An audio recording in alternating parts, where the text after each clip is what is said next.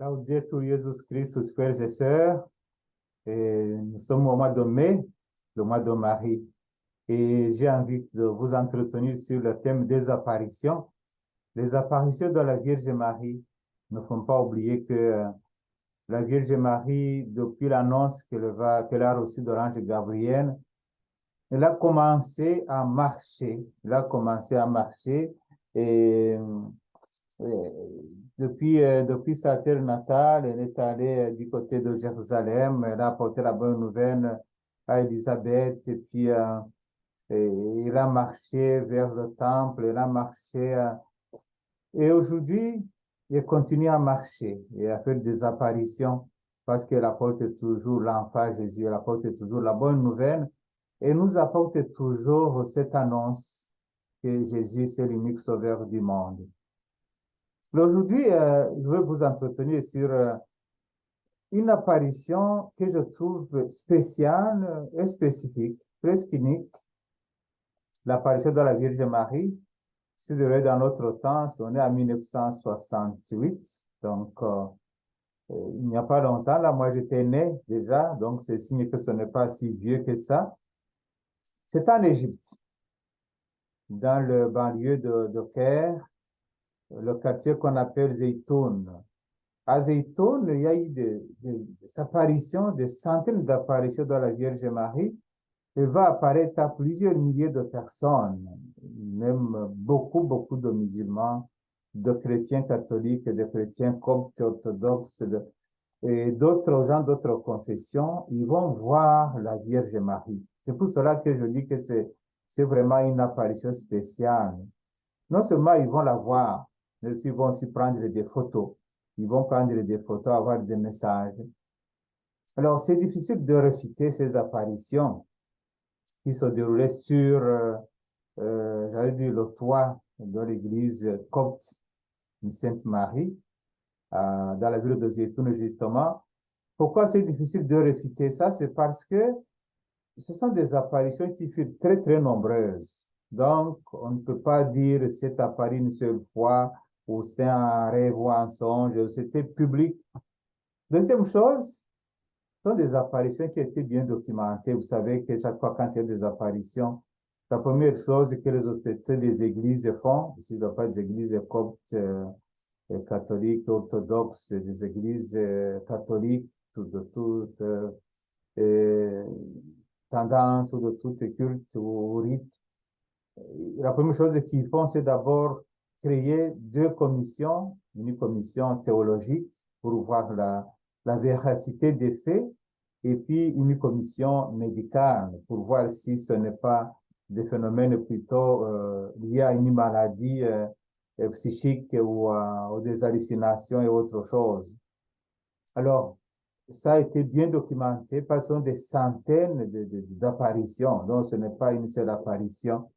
La troisième chose, c'est que ces apparitions, ils ont été observées par tout le monde. Donc, des centaines, plusieurs personnes ont vu la Vierge Marie apparaître. Et puis, elle était visible. Elle était visible à tout le monde. Ça, c'est un peu spécial quand même. Et ces phénomènes, bien sûr, s'accompagnaient de guérisons, de miracles qui ont été authentifiés justement par la commission médicale et par les autorités de l'Église.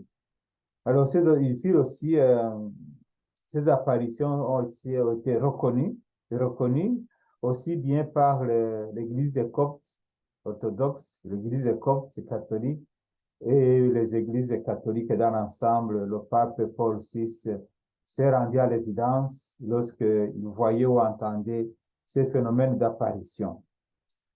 Alors, comment vont se passer ces apparitions? Et c'est intéressant de découvrir que nous sommes en Égypte, 1968, c'est après la fameuse guerre de 6 jours qui va dévaster l'Égypte et puis les pays environnants. Vous savez que c'est la guerre qui est provoquée par Israël parce que pour pouvoir diminuer l'influence ou la montée de ses voisins arabes spécialement. Et comme l'armée égyptienne s'arrangeait, c'était comme faisait des mouvements visibles, alors ils ont été attaqués, puis pendant 6 jours, ça détruit beaucoup de choses, et ça a changé pour toujours la configuration du Moyen-Orient. Mais il n'y a pas seulement que ça, c'est aussi pendant les moments de persécution de la minorité copte en Égypte. Alors, du point de vue de la foi, il y a cette persécution de la minorité copte, donc chrétien copte. Mais du point de vue du pays, il y a aussi la population égyptienne qui est en souffrance. Alors, c'est comme si la Vierge Marie vient pour les réconforter, surtout que zaytoun, en arabe, ça signifie en fait l'olive, l'olive. Et parfois, la Vierge Marie apparaissait avec l'olivier pour leur dire, je vous apporte la paix malgré la souffrance, je vous apporte la joie malgré les situations que vous traversez. Alors, tout a commencé le 2 juin, non, le 2 avril 1968. Et puis, j'aime voir comment ça s'est passé le phénomène parce que Zeytoun se trouve ou se trouvait tout près de la station des autobus. Et donc, j'allais dire de la métro. Donc, c'est une station énorme. Il y avait un garage aussi énorme pour la réparation des autobus et tout le reste. Alors là, ce jour-là, il y avait beaucoup de mécaniciens et puis des chauffeurs des autobus, tous musulmans. Alors, lorsqu'ils ont vu, parce que c'était une dame, ils voyaient une dame qui s'était posée sur la toiture de l'église que vous voyez derrière moi, l'église de notre Sainte Marie. Alors là, vous voyez que cette dame, non seulement elle s'était posée sur la toiture, mais elle avait l'impression de tomber.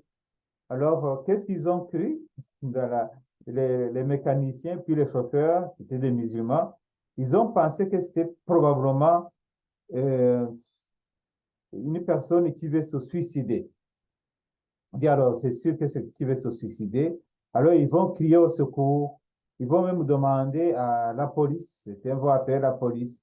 D'autres vont frapper à la porte du presbytère, donc là où réside le prêtre copte, pour lui dire, écoute, mais attention, il y a un problème, il y a une personne sur la toiture de l'église, puis c'est une des dômes, donc c'est une qu'il y a 4 dômes. C'est une des dômes de cette église pensait que peut-être cette personne allait tomber.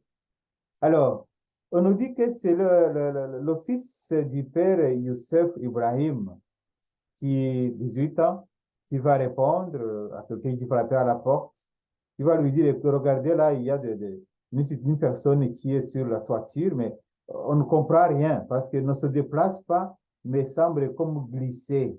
Donc, c'est une personne habillée tout en blanc qui ne se déplace pas, mais qui semble plutôt comme glisser sur la toiture. Alors, bien sûr, le prêtre, il va réveiller le père supérieur de la communauté, le père Constantin Moussa.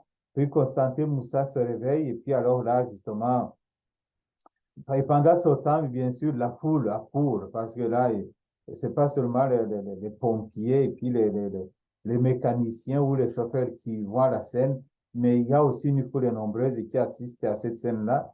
Et là, toute la circulation va être bloquée. Et puis, bien sûr, il y aura aussi des moments de panique parfois, mais ça se mêle de joie, surtout parce que la Vierge Marie apparaissait sous forme d'une femme souriante, joyeuse, et une femme qui habillait tout en blanc, et puis son visage était comme très, très clair, mais puis parfois elle avait une couronne, parfois pas. Alors, ça a provoqué un moment de dire, c'est pas normal ce que nous assistons, des choses auxquelles nous assistons. Alors, donc, ces phénomènes vont durer de 1968 jusqu'à 1970, donc le 12 septembre 1970.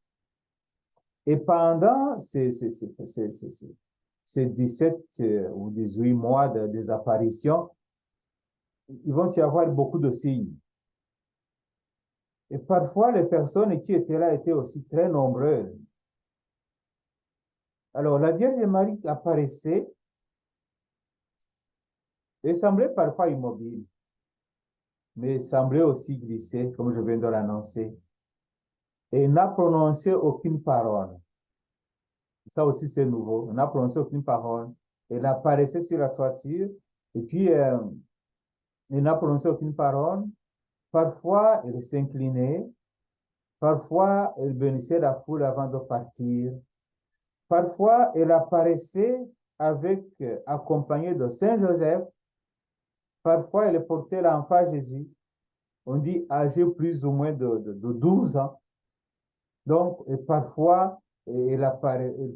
Il y avait aussi, non souvent même, il y avait aussi d'autres créatures qui semblaient aux oiseaux, qui semblaient comme aussi des colombes, mais on disait plus grand que des colombes, qui apparaissaient puis disparaissaient au même moment. Alors, c'était comme mystérieux. Alors, c'est des phénomènes, donc, comme je viens de le signaler, qui vont durer plusieurs jours et parfois ça prenait plusieurs heures aussi. C'était toujours la nuit, tout de nuit, entre 9 heures du soir jusque plus ou moins à 6 heures du matin. Donc, voyez-vous, ça apparaissait toujours de nuit. Donc, et puis là, les gens donc venaient d'un peu partout. Puis la fréquence variait aussi des personnes. Là, on va dire que parfois, il y avait comme 50 000 personnes, parfois même 100 000 personnes. Donc, ce n'est pas une personne qui a vu la Vierge Marie à Zeytoun, non, 50 000, 100 000 personnes, jusqu'à ce qu'ils vont décider de déplacer la gare routière, ils vont décider de démolir le garage qui était là, de déplacer justement certaines constructions pour pouvoir permettre aux foules de gens qui venaient pour pouvoir être proches du lieu des apparitions. Alors, de grandes personnes, même le président lui-même, Nasser, il va témoigner parce qu'il dit, moi-même, je suis allé, c'était musulman, moi, je suis allé et puis j'ai vu cette apparition d'une dame spéciale que nous appelons Maria, donc la mère de Jésus. Je dis que le président Nasser était musulman, lui-même il témoigne de ça. Alors, je disais que ces apparitions étaient parfois accompagnées justement des créatures un peu spécifiques, comme des oiseaux, et puis qui venaient parfois avant les apparitions, pendant et après. Mais il y avait aussi d'autres créatures angéliques qui parfois venaient comme pour annoncer l'arrivée des apparitions. Et chose étrange, ce phénomène a été photographié. Donc, elle apparaissait comme une statue, mais ça ne restait pas statue. Non, à un certain moment, quand ça bouge, ça se déplace, on se dit, mais c'est pas une statue là, c'est une personne. Et c'était facile d'identifier que c'est vraiment Marie, la mère de Dieu. Alors, on pourrait se demander quels sont les fruits de ces apparitions qui vont durer quelques mois et de ces apparitions qui vont aussi être des phénomènes visibles, même photographiés. Alors, parmi les fruits, on note la conversion. Beaucoup de personnes qui vont se convertir pour accueillir Jésus comme leur Seigneur. Beaucoup de musulmans vont se convertir pour devenir des chrétiens et des chrétiennes. Il y aura aussi beaucoup de guérisons. Beaucoup de guérisons. Il y a beaucoup de maladies qui ont été guéries. Et puis là, on note quelques maladies. Par exemple, ils vont parler des maladies terribles comme le cas de cancer, de maladies des voies urinaires, des maladies de thyroïde, des hernies et beaucoup d'autres infections et d'autres maladies. Ils vont guérir parce que justement, quand il y a la présence de Dieu, rien ne va rester comme avant. Il y a toujours des changements dans le sens positif de la parole. Alors, l'autre troisième signe visible qui a montré que ces événements étaient vraiment des événements qui venaient du ciel, c'est que il y avait beaucoup de paix. Donc, je disais que la Vierge Marie souvent apparaissait avec un rameau d'olive. C'était des moments de crise, mais qui va provoquer beaucoup de paix, beaucoup de joie, beaucoup de conversion intérieure et beaucoup de réconciliation entre les personnes. Mais ces réconciliations se voient surtout par ce qui se manifestait pendant les apparitions, même après. Et d'abord, les musulmans qui récitaient beaucoup de versets de Coran. Donc, parmi les phénomènes des musulmans qui étaient là, qui regardaient, qui contemplaient, ils récitaient beaucoup de versets du Coran. Et puis, c'est comme pour dire, bon, vous savez que dans le Coran, le nom de Marie revient plusieurs fois. Et puis alors, donc, ils reconnaissent Marie, non pas comme mère de Dieu, mais comme mère d'un grand prophète, Issa ou Jésus. Alors, les chrétiens coptes orthodoxes et catholiques, ils priaient et chantaient des hymnes en arabe. Ils restaient le chapelet en arabe. D'autres priaient en grec, d'autres dans leur langue vraiment variée. Et puis, on constata justement un renouveau dans la foi, dans la ferveur aussi, et beaucoup de confessions. Alors, ce qui a porté justement à accepter facilement ces apparitions, parce que le clergé orthodoxe, le clergé catholique, les pasteurs protestants, tous furent unanimes sur le fait qu'une plus grande assistance aux offices religieux fut observée. C'est-à-dire que ça n'a pas été seulement un renouveau chez les catholiques, ça n'a pas été seulement un renouveau chez les orthodoxes ou chez les musulmans, même chez les protestants, ils ont remarqué que dans leurs églises, il y a comme une sorte de renouveau qui montre justement cette présence divine dans, dans, dans leur culte ou dans leurs églises. Alors, il y a eu alors beaucoup de rapports et beaucoup de témoins. Beaucoup de témoins. Je vais citer ce que certains patriarches disaient. Et le patriarche Kyrillos IV, qui était pape d'Alexandrie et patriarche de la prédication de Saint-Marc, c'est celui qui avait institué les commissions, donc théologiques et puis médicales. Alors, il dit que, parce il témoigne que lui-même, il a observé tout cela. Il voyait les gens qui dormaient autour, les gens qui attendaient et pour voir ces manifestations à tous les jours, nous disons à toutes les nuits. Et parfois, c'était continué. Parfois, c'était discontinué. Et parfois, la Vierge Marie apparaissait de façon différente dans la même nuit. Alors, et parfois aussi, ça n'arrivait pas. Donc, on ne peut pas prévoir c'était le jour, mais les gens étaient là à attendre. Donc, jusqu'au 12 septembre, donc 1970, mais les gens étaient là à attendre. Alors, ce patriarche, Kyrillos, le 23 avril 1968, il nous dit ceci. Ensuite, il est apparu dans son entier et se déplaça entre les dômes.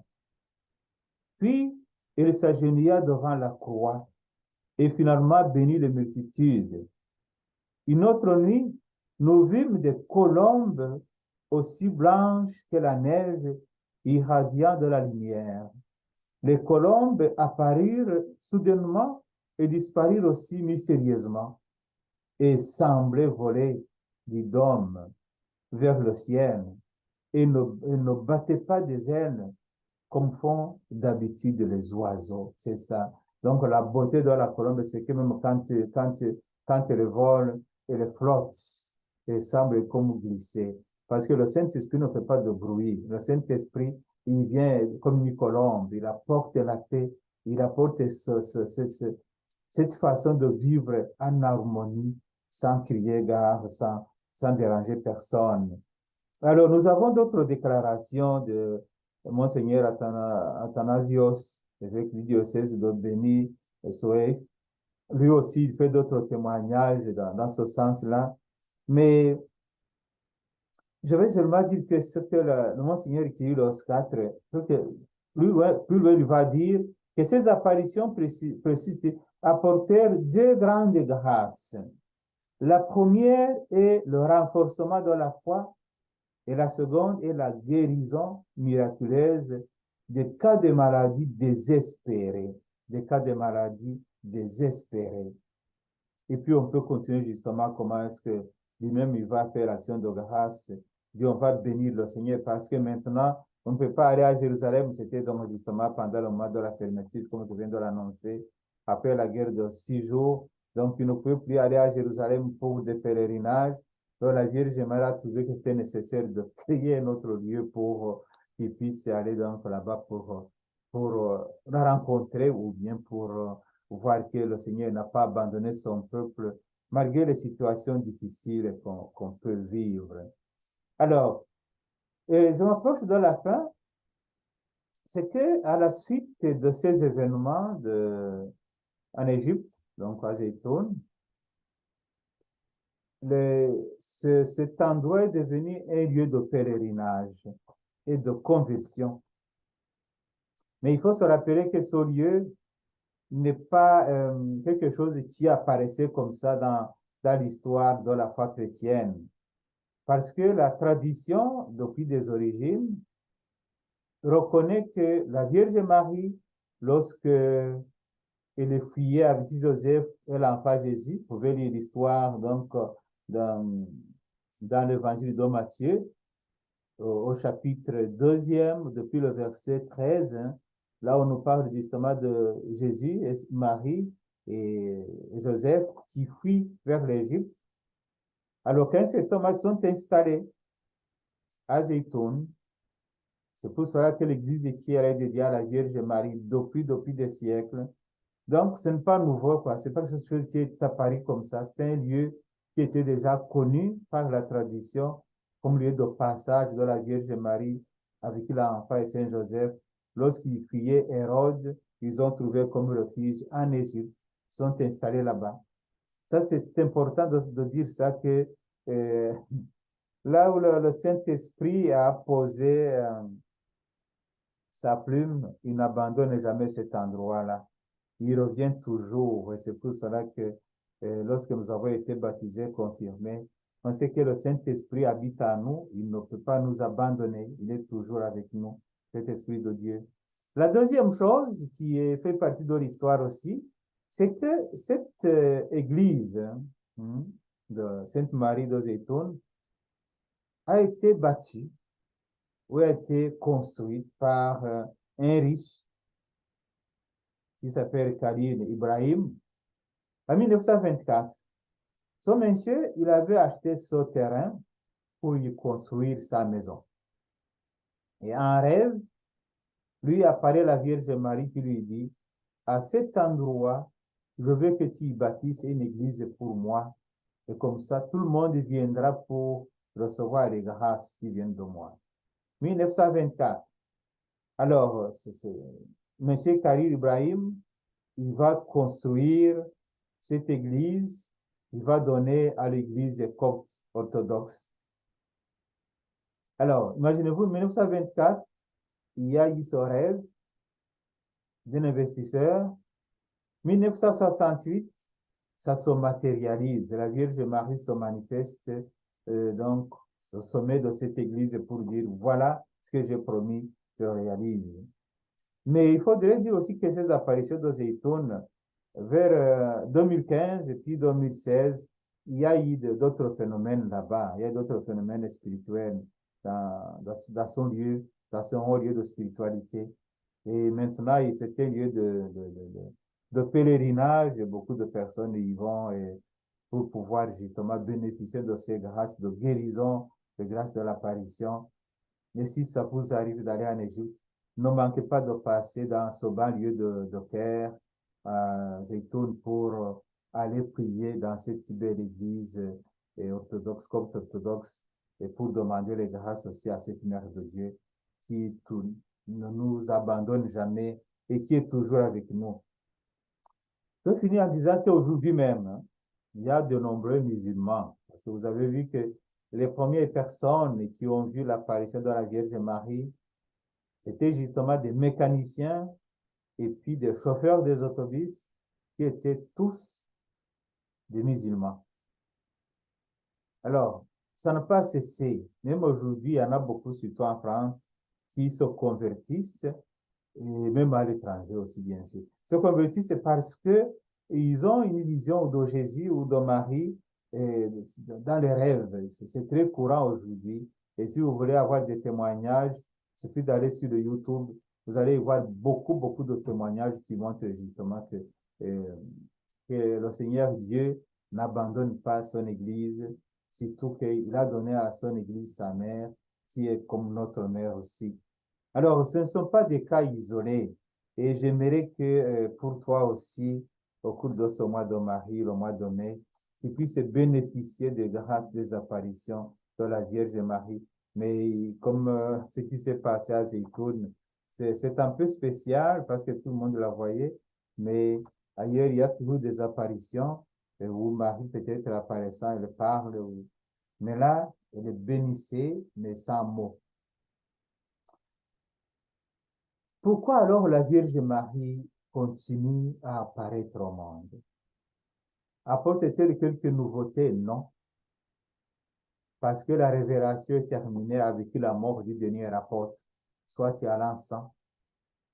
Ça, c'est la révélation des Saintes Écritures. Mais l'inspiration continue, parce que l'Église appartient à l'Esprit Saint jusqu'à la fin des temps, et l'Esprit Saint continue à renouveler son Église.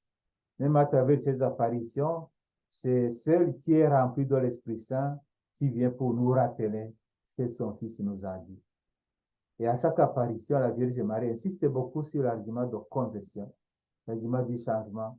Et puis à travers des signes de guérison, on voit la puissance de Dieu qui est toujours en œuvre. Donc la Vierge Marie continue à nous rendre visite parce que c'est une mère qui nous aime, ne pas nous laisser comme orphelins. Nous avons une mère. Et lorsqu'on a une mère, on ne peut pas se dire orphelin. Et à part cela, la Vierge Marie apparaît justement pour nous rappeler, pour nous faire vivre encore l'expérience de la foi.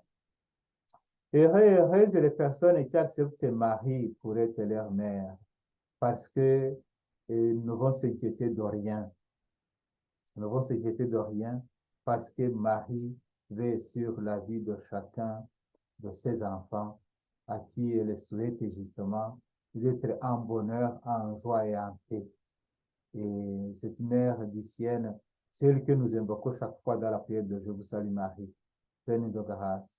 Le Seigneur est avec vous. Vous êtes bénie entre toutes les femmes. Et Jésus, le fruit de vos entrailles, est béni. Sainte Marie, Mère de Dieu, priez pour nous pauvres pécheurs, maintenant et à l'heure de notre mort. Amen. Et par l'intercession de la Vierge Marie, que Dieu Tout-Puissant vous bénisse, le Père, le Fils et le Saint-Esprit. Amen.